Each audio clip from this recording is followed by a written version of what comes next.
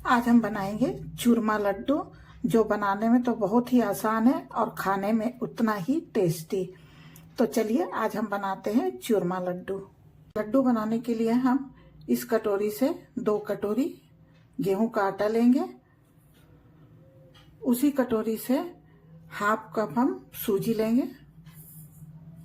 सूजी लिया था उसकी आधा हम बेसन लेंगे। बड़े चम्मच से 4 चम्मच शुद्ध देसी घी डालेंगे। घी आप अपने हिसाब से कम बेसी कर सकते हैं। अब इसे खूब अच्छे से मिक्स कर लेना है।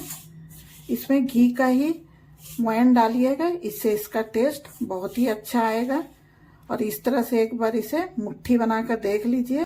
अब हम थोड़ी थोड़ी पानी डालकर इसका एक टाइट डो बना लेंगे। 2-3 मिनट तक हम खूब अच्छे से मसल लेते हैं। अब इस तरह से हम रोटी के आटे की लोई की तरह लोई काट लेते हैं। इस तरह से हमने लोइयां बना ली है। अब एक एक लोई को लेके हथेलियों के बीच में रखकर एक लंबा रोल बना लेना है। अंगुलियों के बीच इसे हम हल्का प्रेस कर देंगे। इस तरह से सारी मुट्ठियों को हम बना लेते हैं। हमने सारी मुट्ठियां बना ली है। अब इसे हम छान लेते हैं। कढ़ाई में हमने ऑयल को गरम कर लिया है। मुट्ठियां डालते वक्त गैस के फ्लेम को हम हाई रखेंगे। डाल लेने के बाद इसे हम लो फ्लेम में ही छानेंगे। 4-4, 5-5 करके हम मुट्ठियों को छान लेते हैं। इनको लो रखना है ताकि मुट्ठियां अंदर तक पक जाए। ब्राउन हो गए, इसे हम अब निकाल लेते हैं। इस तरह से हमने सारे मुट्ठियों को छान लिया है। इन मुट्ठियों को अब हम 10 से 15 मिनट तक ठंडा होने के लिए छोड़ देते हैं।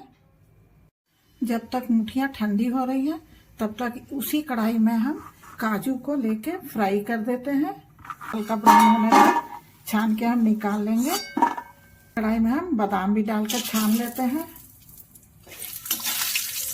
अभी हम 1 से 2 सेकंड तक भूनेंगे और निकाल लेते हैं वापस से।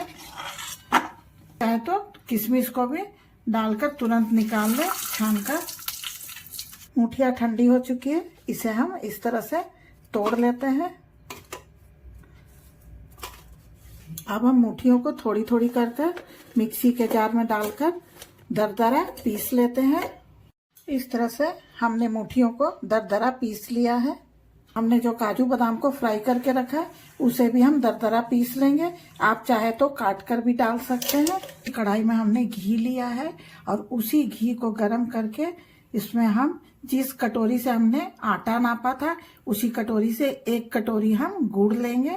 गुड़ को पकाना नहीं है, केवल मेल्ट करना है। जैसे ही गुड़ मेल्ट हो जाए गैस को हम ऑफ कर देते हैं और इसी गुड़ में हम चूरमे को डाल देंगे।